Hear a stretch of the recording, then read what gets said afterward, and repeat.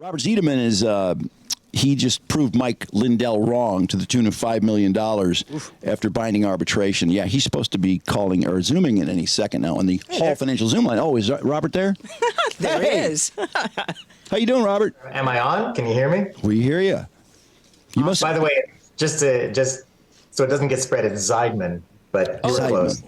I apologize. My staff here has let me down again. God, I wish I had a guy who could figure out who did this or who did that or who hacked this. I mean, there's got to be great demand for your work, right? Oh, yeah. It's kind of very specialized. But I've worked on some great cases. I'll just mention the case that I couldn't talk about for years that basically started my career was the Facebook case that got made into the movie, The Social Network. Oh, Really? Wow. And what were you asked to determine? Well, in that case, I got this phone call one day, and when I got off the phone, I told my wife, I said, there's this company wants to hire me, but I'm a little afraid that they can't pay me. Have you ever heard of a company called the Facebook? The Facebook. You know the story, Mark Zuckerberg was accused of stealing the code from two Harvard students, the Winklevoss twins. Wow. Sure. And I was given the task of using the software I'd come up with and the methodology I'd come up with to compare the Winklevoss twins code that they developed at Harvard with every single file on every single Facebook computer, which sounds daunting. It sounds daunting until you know that at the time I was brought in, there were like a dozen computers at Facebook. So there weren't a whole lot of computers at Facebook at the time. Wow. And now, did someone play you in the movie? No. Although I saw that I wasn't even allowed to talk about it for years, but I saw it with my staff. I saw it with the lawyers. But I tell people, if you zoom in on there's a scene where Zuckerberg holds up some papers and says, "I didn't steal your code." And I say, if you zoom in, you'll see my name. Wow. Did you walk out of the theater a little huffy because you didn't have a bigger role in the movie? No, I was pretty excited to have done anything that made it into a movie, but I couldn't tell people for years. Even when the movie came out, the lawyers, there were so many lawsuits going on. They said, we'd rather you didn't tell anybody. And people would come up to me and say, "Oh, have you seen that new Facebook movie? And, I heard that Zuckerberg stole all the code." And, I just have to say, yeah, I don't know. I don't know anything. So did you participate in the Ben Mesrick book? No. I'm not sure which book. Is that the book about the social network? Yeah, The Accidental Billionaires that the movie was kind of based on, too. Yeah, so nobody asked my opinion. This is the first time anybody's asked my opinion about stuff. I'm usually in the background and nobody even knows I work on these things. Well, this is such a cool story because honestly, I have to tell you, I'm not a hardcore lefty or a hardcore righty, but I was tired of Mike Lindell. I'm just tired of him. It's like you never put anything up that proves what you're yapping about all the time. He's on the phone with the president of the United States. Why? Just because he spends a lot of money on Fox News, I guess. He's in this exalted position. So you go to, well, let's talk about this first. You go to, let's see, what was it? A cyber symposium in South Dakota. And that sounds kind of nerdy, Robert, to even go to this thing. But yeah. Tell us why did you go? So, it's a good question. At first, I wasn't going to go. I figured that either Mike Lindell's got the proof and he's going to show it and it's going to be, world renowned. I mean, it's going to be all over the place. And I don't need to go to a conference in South Dakota. I'm going to learn about it and I'll take a look at it then. And if he didn't have the proof, this kind of thing takes weeks or months. Sometimes a team of people working on it for months to prove or disprove. So I thought, I'm not going to really get anything out of it. But friends kept pushing me to go. Maybe you'll win $5 million. And then I decided, well, what the heck? I'll go. However, it turns out it'll be history in the making. And I'll meet a lot of interesting people. But I'm not going to win $5 million or it's not enough time to do anything.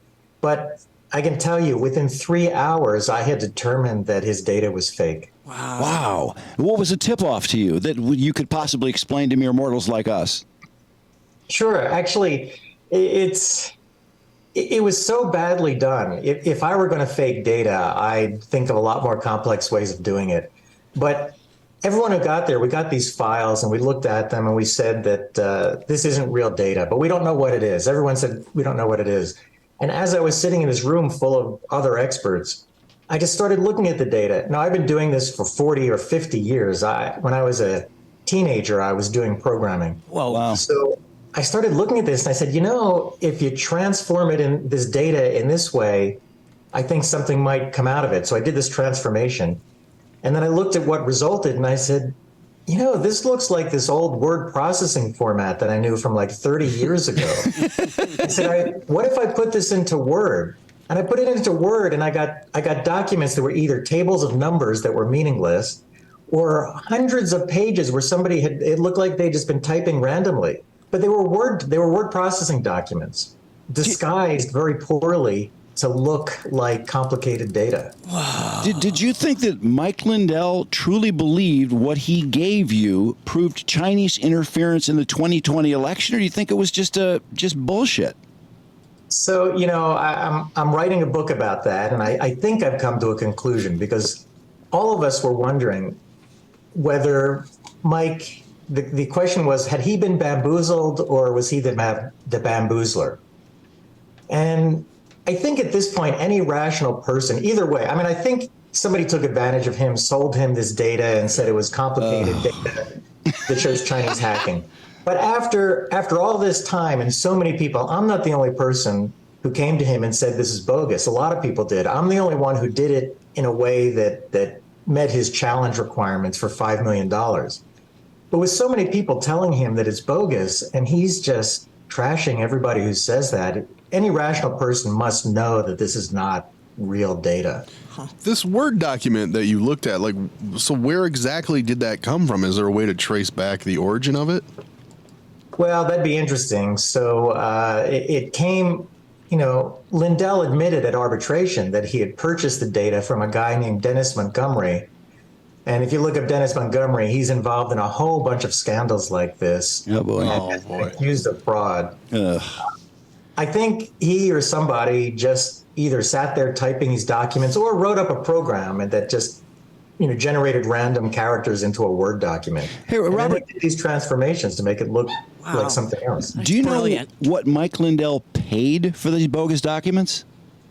He admitted to paying. So, by the way, I'll tell you that all of what I'm telling you is public because the arbitrators, Lindell, his legal team wanted to make the transcripts of the arbitration confidential, but the arbitrators ruled against that, so it's all public. Oh, wow. That's great. They admitted to paying at least $1.5 million.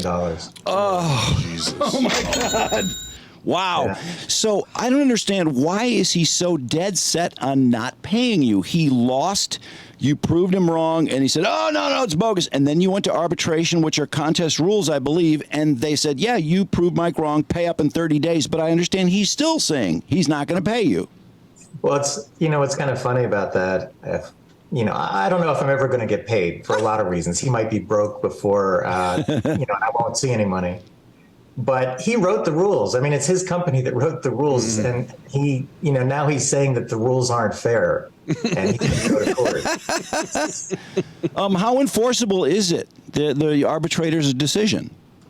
Well, it's completely Arbitrators. enforceable, but if he doesn't have any money, look, after Dominion and Smartmatic, voting machine companies, sue him, I just don't think he's going to have any money left. Well, would you have to wait until after those two decisions to No. claim your money No. through binding arbitration? Yeah, that's a really good point. I don't have to wait, but the thing is, he could delay it. I shouldn't, I hope he's not listening, but I think he knows this. He could keep delaying it. And, I've got a great lawyers, Brian Glasser of, his law firm, Bailey and Glasser. Do you get a discount for Harry plugging? Joshi? Look, they are bulldogs, and they're going to go after him. So if anyone could get the money from him, they can. But he could just avoid paying.